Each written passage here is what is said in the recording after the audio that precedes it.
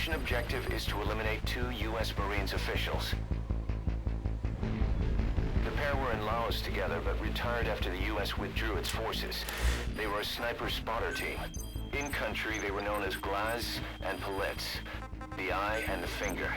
I've sent VIs of the targets to your iDroid. Take a good look.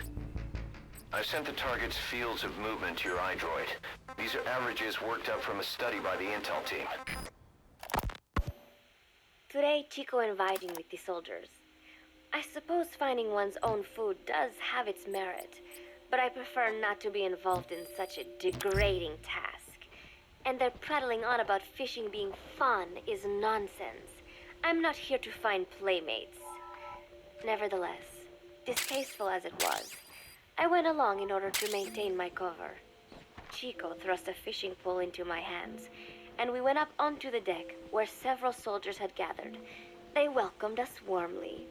With so few women aboard Mother Base, I'm treated like a princess.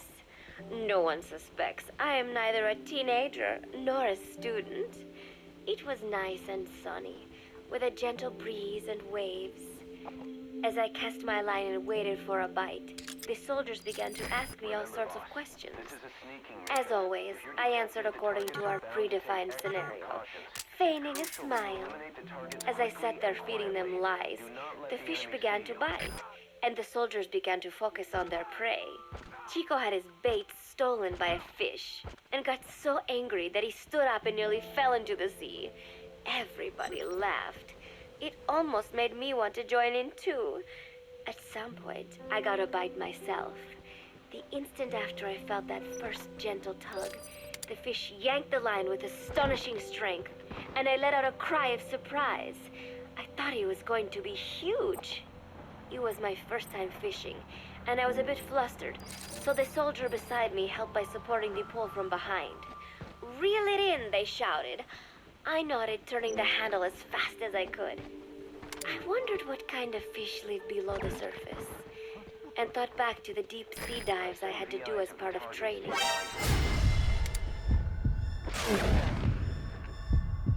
Those were difficult days, but I remember finding the multicolored fish gliding through the water incredibly soothing. After a hard fight, I pulled it up. To my surprise, it wasn't even half a vara, rather anticlimactic. But I wasn't doing it for fun, so I wasn't the least bit disappointed. Luke was hovering nearby with an expectant look on his face, so I gave the fish to him. All in all, a thoroughly wasted day. A prisoner. You gonna help him?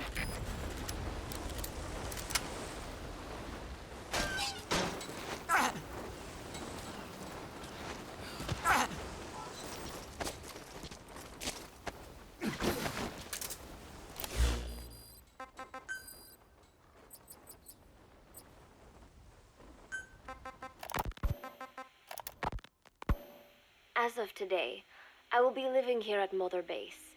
Now my real trial begins. Our compassion for living things.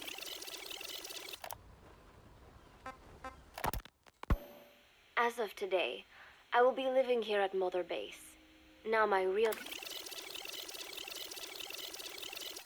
What a pathetic, feeble creature. It sickens me.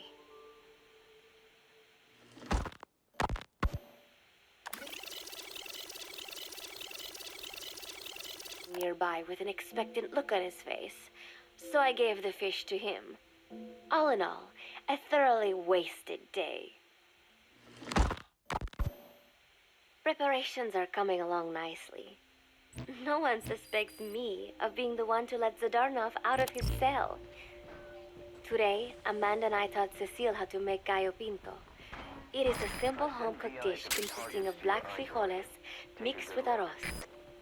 It is well known throughout Central America, not just in Costa Rica, so it is no surprise that a Nica like Amanda would be good at making it. But I was raised in the States from a very young age, and can hardly even remember my mother's gallo pinto. Having to make chit-chat with that clueless bird lover and the so-called revolutionary was excruciating. And, clueless or not, I will need to be especially careful around Cecile, the one who actually recorded that tape. Thankfully, Miller and his men seem to believe I mistook the tape I found for one my friend made. In any case, one can never be too careful. Anyway, the three of us minced garlic and herbs, then cooked them in a pot with frijoles we'd soaked overnight. While waiting for them to cook, we sautéed onions and arroz in a frying pan. Cecile worked the frying pan according to Amanda's directions, but seemed a bit glum. She does have a knack for cooking, though. She is French, after all. We added water to the pan and watched the arroz begin to steam. While we waited, Amanda shared memories of her mother with us. They had been separated because of Simosa, but the taste of her mother's cooking was still fresh in her mind. When the frijoles were ready, we drained the water, stir-frying them with the rest of the vegetables. Quite a complicated process for home cooking. Nonetheless, it kept them occupied. The longer we sat and talked, the greater the chance of my arousing their suspicions. With women, it is not enough to just bat your eyelashes and giggle. It takes a lot of effort to divert attention. When the arroz was done cooking, we folded it into the frijoles and added salsa, stirring the mixture as it simmered. At this point, for some reason, the conversation turned to romance. Why does it have to be that way whenever women get together and chat? Cecile fancies herself to be well-versed in such matters, and gave Amanda all sorts of advice. It was harmless enough, until, to my irritation, she began pestering me whether there was anybody I liked. Not right now, I said, trying to dodge the question. But she pressed on. It's Snake, isn't it? I gritted my teeth and played it coy. Maybe.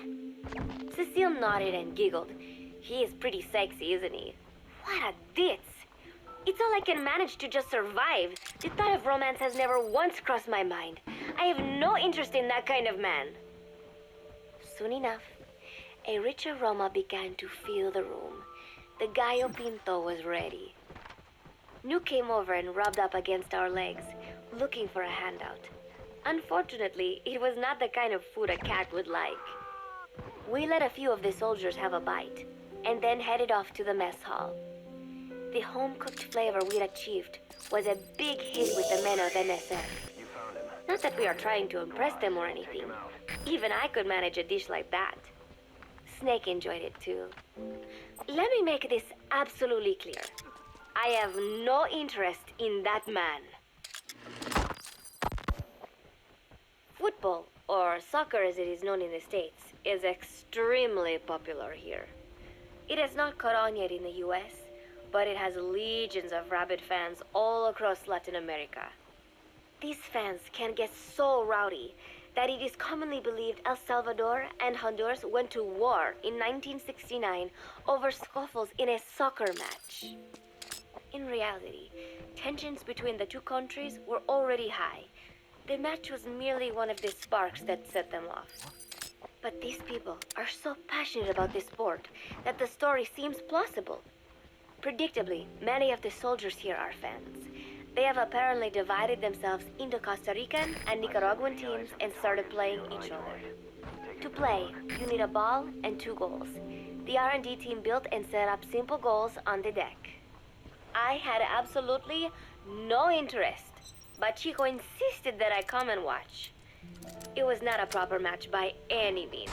The pitch was not even regulation size, but the players and spectators alike got pretty excited. They banged empty cans and shouted cheers through the handmade megaphones. It almost felt like carnival. Huey, the referee, blew a whistle to start the match. The soldiers' training has left them in excellent physical shape.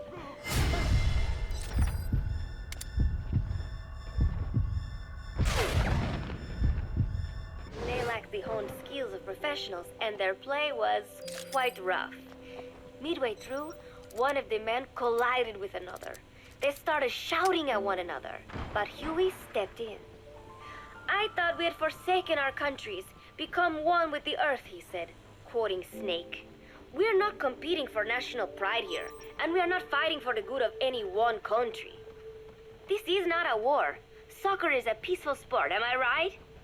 The soldiers nodded. They know the pain of war, and they share Snake's vision. Perhaps that is why all this resonates with them. Team Costa Rica was down a man, and somehow I was picked to fill in. Costa Rica had the advantage up until that point.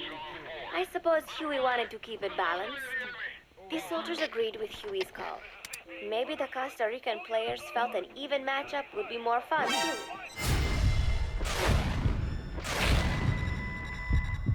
Didn't bother to run at first.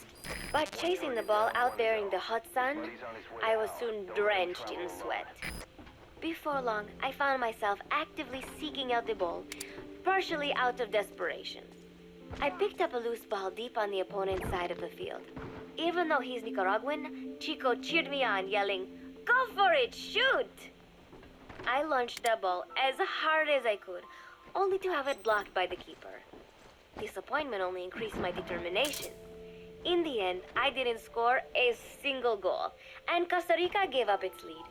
It was really close, though. We congratulated each other on a good match and sprawled out in the shade on the deck, exhausted. The ocean breeze felt so nice on my sun-soaked body. Nuke came over. It is one of his favorite spots, and stretched out next to me. And together, we watched fluffy white clouds drift lazily across the clear blue sky. It was lovely out today, so I decided to sun myself in a lounge chair up on the deck when Strangelove came up to me. Despite the heat, she was in her usual long sleeves and pants. I waved at her. She looked away and mumbled, "Hello there. Fancy meeting you here." I asked if she needed anything, feeling her eyes creeping up and down my body like she was savoring it. Finally, she swallowed and said, "You have such beautiful skin." Bewildered, I shook my head and said, "No, not at all. I had heard rumors that she was But she couldn't be after me, could she?" She continued to stare and said, "No, it is beautiful, but you must not let yourself get so tan." One target down, one to go. His buddy's on his way to hell. Don't let him travel alone.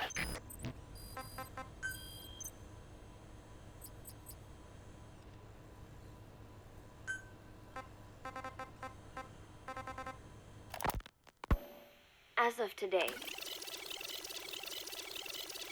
eat it up. What a pathetic, feeble creature.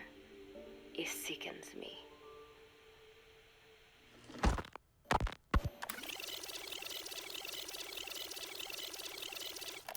Nuke was hovering nearby with an expectant look on his face, so I gave the fish to him.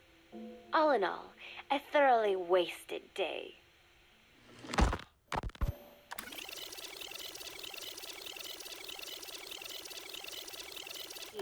Was a big hit with the men of MSF. Not that we are trying to impress them or anything. Even I could manage a dish like that. Snake enjoyed it too. Let me make this absolutely clear. I have no interest in that man.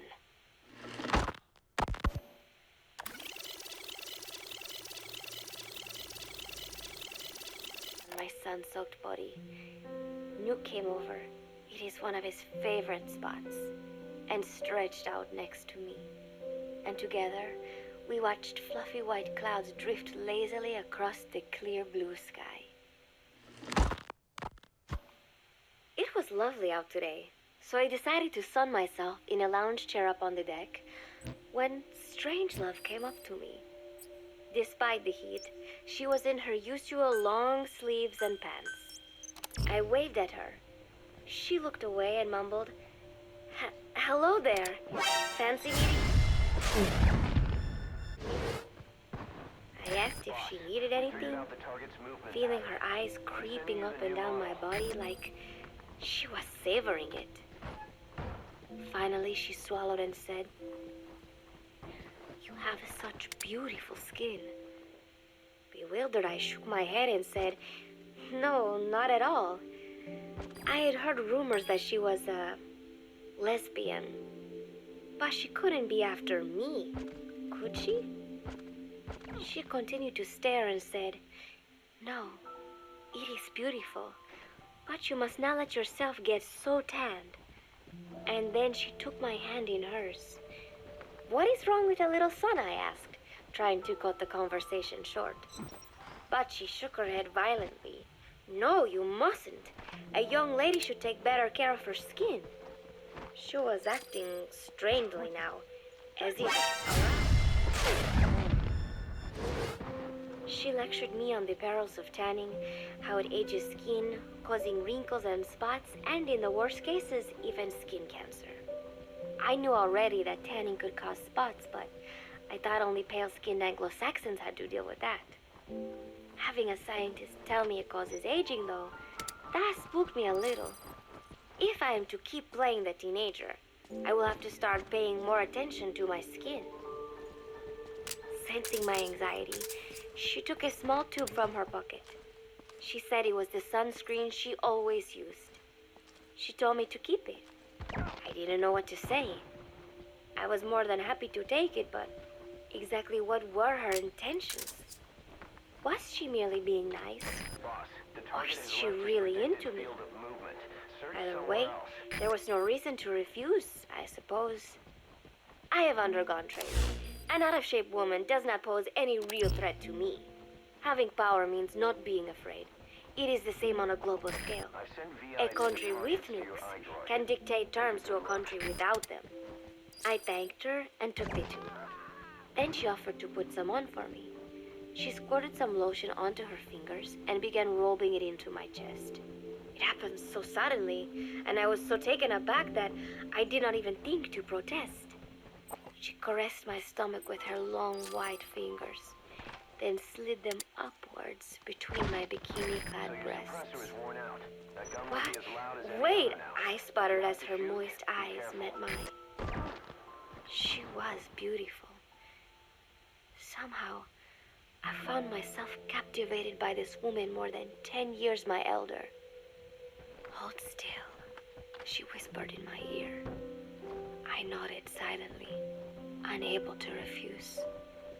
My body went limp, motionless, as if in a trance. Gently, carefully, she rubbed the lotion all over my entire body. I shouldn't have enjoyed it, and yet I could not help myself. For a moment, I was spellbound. That woman is dangerous. I had better watch myself. Protecting one's health is an important part of any agent's job. But despite my best efforts, I have caught a cold. Now that I think about it, Mother Base's numbers are on the rise, with soldiers coming from all different places and backgrounds. It is no wonder, then, that sooner or later, someone would bring in a virus. That said, what I have got is just a common cold. The medical team said I'd need a few days rest, so I've been restricted to my room and put on bed rest. I thought I'd gotten used to not having anyone around to relate to, but at times like these, being alone is just miserable. All I could do is lay there and stroke Nuke's back, trying to take my mind off how bad I felt. Nuke just sat there, not making a sound. But I did have visitors. Amanda and Chico, Huey, Cecile, Miller, and a few of the soldiers I've become relatively close to. Amanda made me a soup with herbs she said were good for a cold. Miller told me to.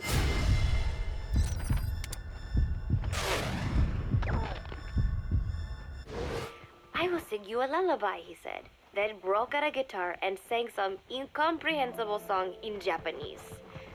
I did not need to understand the lyrics to know he is an awful singer. Then he said, "You know what is good for a cold?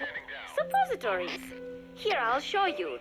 He began to take off his pants, so I threw my tissue box at him to make him go away. Then Strangelove showed up, saying she had some miracle Indian cure. "It has got eucalyptus extract," she said. It works best if you rub it into your chest. And then she tried to take off my nightshirt. I whacked her with my pillow, and I got rid of her. Chico brought me a little flower in a cup. It had been growing in a little...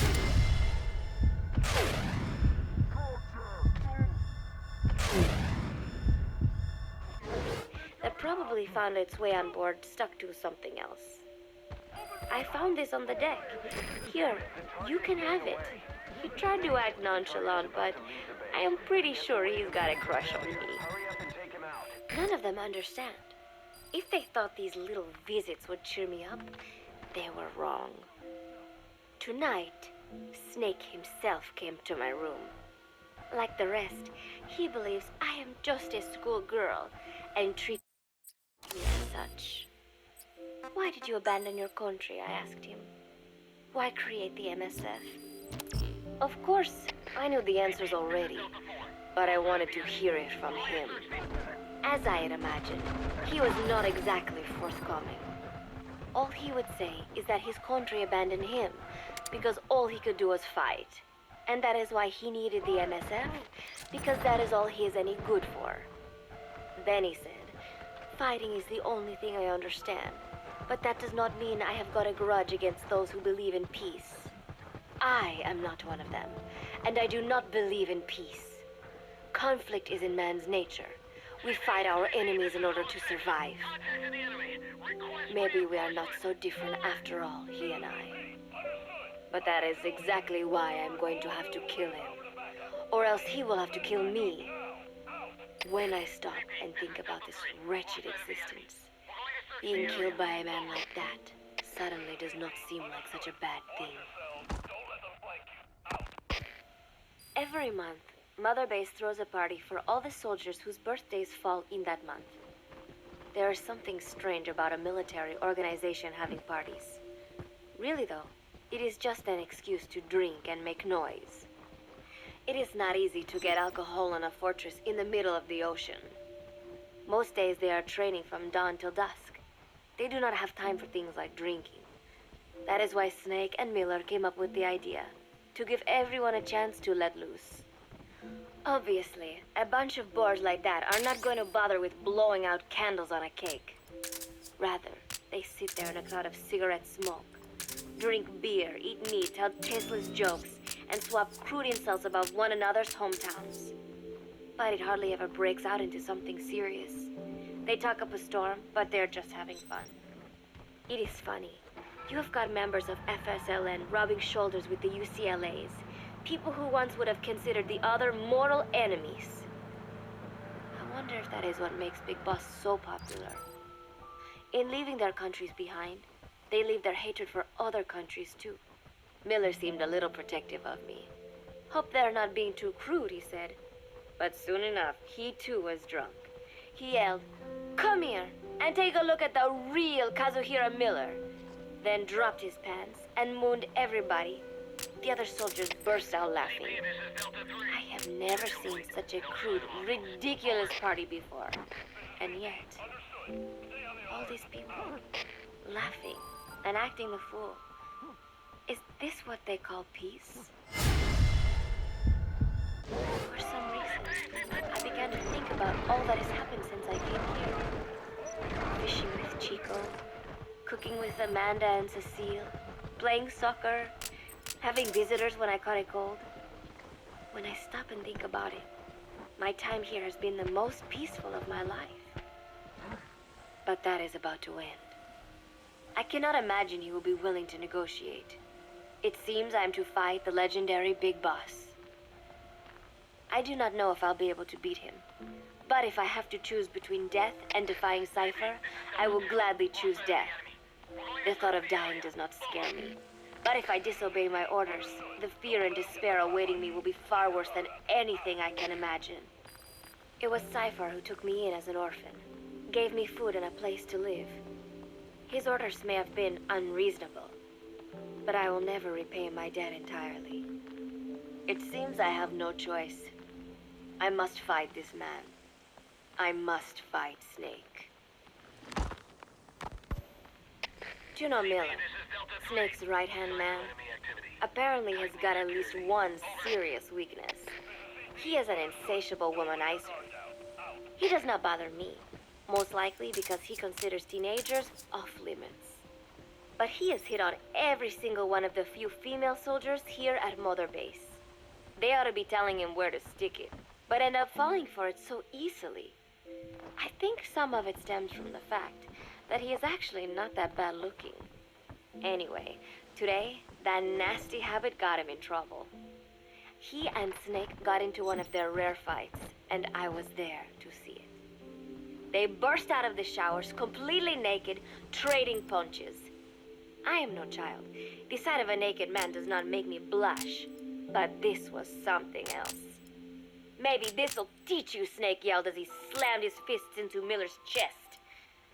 I heard later that apparently he'd been two-timing someone, and that same someone had gone to Snake with her troubles. As I see it, it is her own fault for letting herself be deceived like that. If she is too dumb to see through Miller's lies, then she got what she deserved.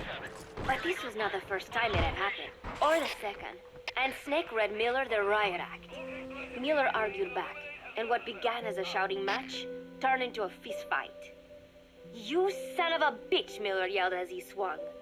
"Not bad," said Snake, smiling, "but not good enough." And then he was back on the offensive. They had already been at it pretty hard in the showers, and their bodies were covered with bruises. Both of these men had been trained for war, their bodies deadly weapons. They were each bleeding from a dozen places. All this from a fist fight. Even so, it was far less gruesome than if they had given it their all. It was obvious that one of them would be dead were they fighting for real. Miller took another swing, yelling, "Try this then!" Snake parried, then responded in kind.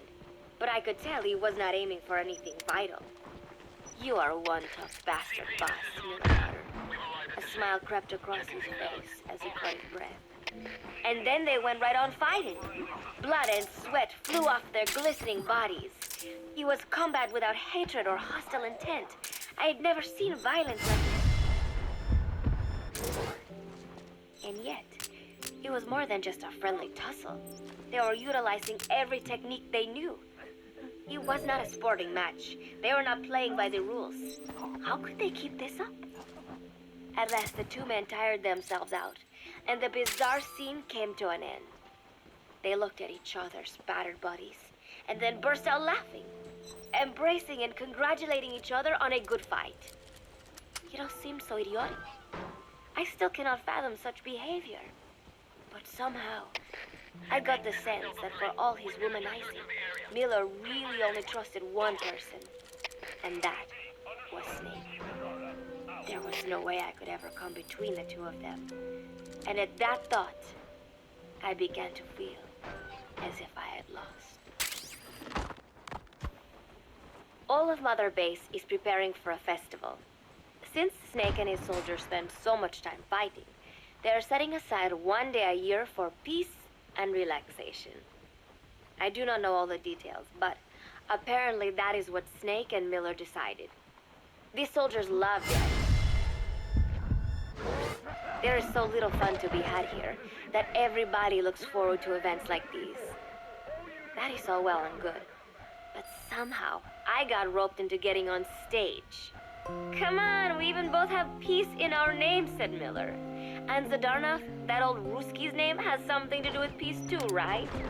Hey, as long as we're having a day of peace, we ought to get an act together. The Three-Piece Band." I thought he was joking.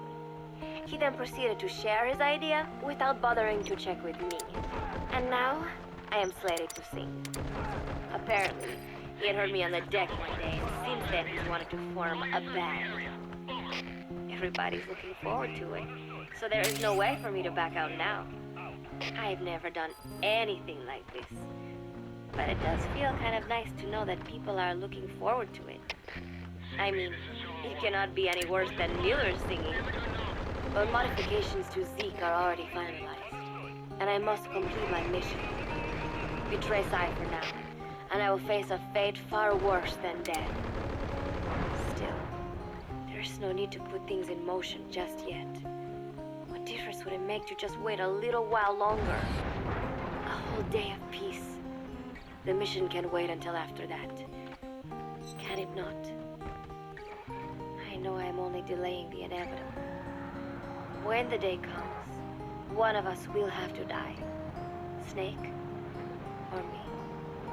But still, if I could just come up with some way to stall Cipher, at least until our day of peace. When did I start having thoughts like this? My cover is blown. They know nothing of Cipher or my true objective, but they know I am a spy. There is no more time left. I must act now. I must complete my mission. How did it come to this? All I wanted was 3 more days. Just 3. Neil has already finished writing the song. It is called Love Deterrent. It is about a girl who cannot express her true feelings. I've been practicing. I am no pro, but I was pretty sure I would do a decent job. And now this. Cipher found out that Zeke was complete. He must have someone inside Mother Base besides me, spinning his tightly wound web of control, leaving no room for individual will. Typical. When they found out Zeke was complete, I was ordered to execute the operation immediately. If I was going to enjoy just 1 day of peace, I had to ensure the plan could not move forward. I tried to sabotage Zeke. I thought by damaging the drive system, they would have no choice but to delay their plans. I waited until midnight, and then snuck into the hangar. There would be trouble if it looked like sabotage. I selected one of the drive system's load-bearing parts and carefully worked to warp its shape. The leg's drive system requires a high degree of precision to operate. Even the smallest deviation would have done it. Then, Chico walked in.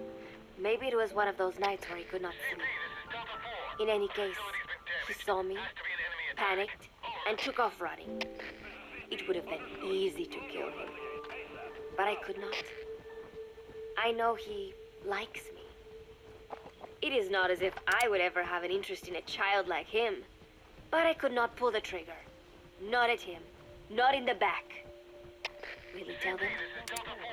A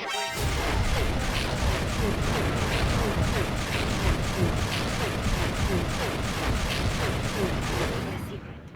Protect me. No. He knows now. Knows I am not who he thought I was. He ran without even questioning what I was doing. There is no chance he does not know. And soon, all I have built here will end. And if Cipher has another agent among them, if he finds out I tried to sabotage Zeke, this place will no longer be my heaven. Then it is settled. I make my move now. Chico walked in before my sabotage was complete, so Zeke should still be operational. It might not run at full speed or power, but I do not have time to fix that. Without Zeke, I do not have a chance in hell of winning. I must act fast before Chico sounds the alarm. I knew it would come to this. I just did not think it would be so soon. It is time, Zeke. Metal Gear Zeke. Activate.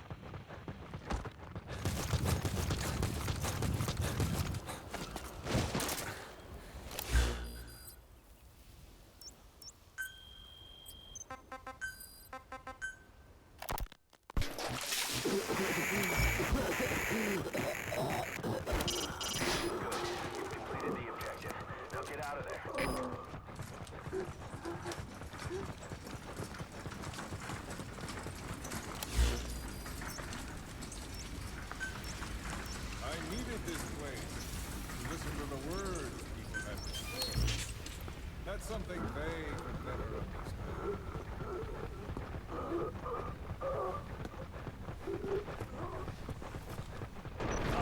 You've done your part. You told us plenty. You've known the pain of ages. And even now you think, as any person would, that this can't be happening.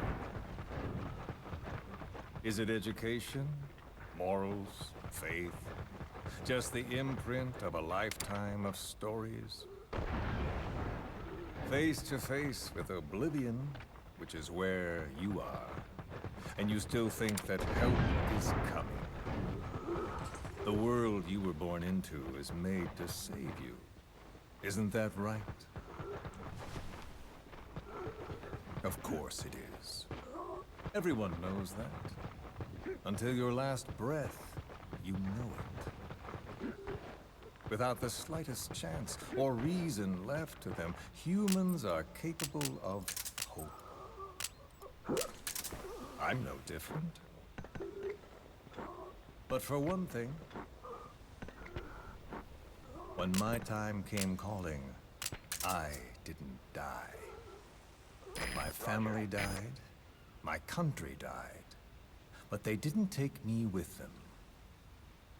All hell took from me was this skin, this outer peel that marked me human.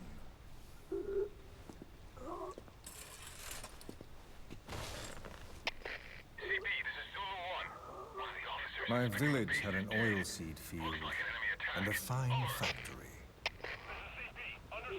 Every day, my friends and I would see our parents at work in that factory. That's all I had. All the world I knew. Then one day, aircraft came droning in from some far-off sky. The factory was bombed. Some spies had told them we were making weapons. The building burned. We tried to flee outside. The crowd blocked the exit. The crowd of people. Hot. So hot. I tried to push through their legs and get ahead, but a boot in my stomach put me on the ground. The smoke of them burning filled me up.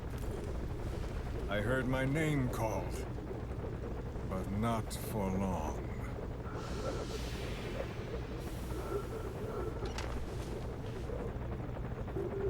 At the infirmary they carried me to, a nurse in the corridor saw me and remarked, if it happened every day, they should let the poor thing die. Those are the only words of my mother tongue I remember. It was the language of my village. Until foreign troops invaded. Then the last identity I had left, the words I spoke, were pulled from me. My skin would never feel anything again. This face would be burned again, in torture, at foreign hands. But I still writhe in that burning factory, doused in scalding rapeseed oil. That's all I have to feel, that pain. All I have to remind me I exist here.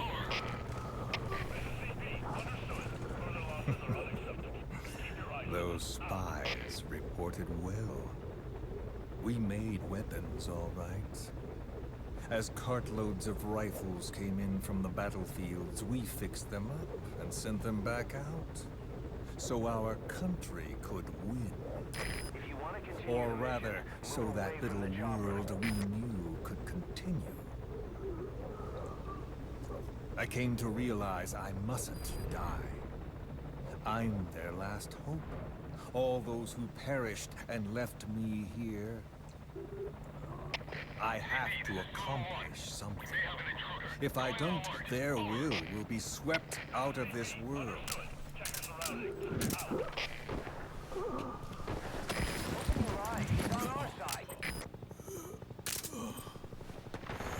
So, do you see me now? Tell me, what do you see? You have eyes. What do your eyes see? Yes, that's right. You see a skull face. You see me. This skull is who I am. My mark, my proof of humanity.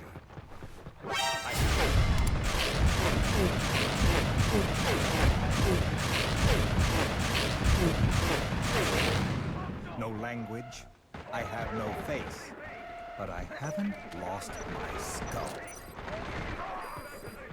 So I told myself, the pain and effort that keep me alive will never know relief, never bear fruit, never be repaid. I know that, but I told myself to focus on some hope, a non-existent hope, to guide me through this burning world. A hope. Call it a dream. A melancholic delusion. As the pressures within me stretch me to bursting, and I force myself not to cry out, though the words I thought were carved into me are gone, and all I knew is dead. I know how you feel. I've felt that. So show me that I'm not the only one. That you too can return to this world for revenge. Do you see me? Don't die. Don't die. Ah.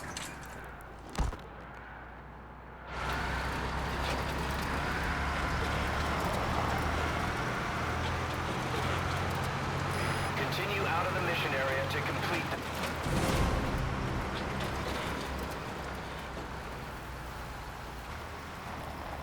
Mission complete. Those targets were just as tough as we expected. You okay?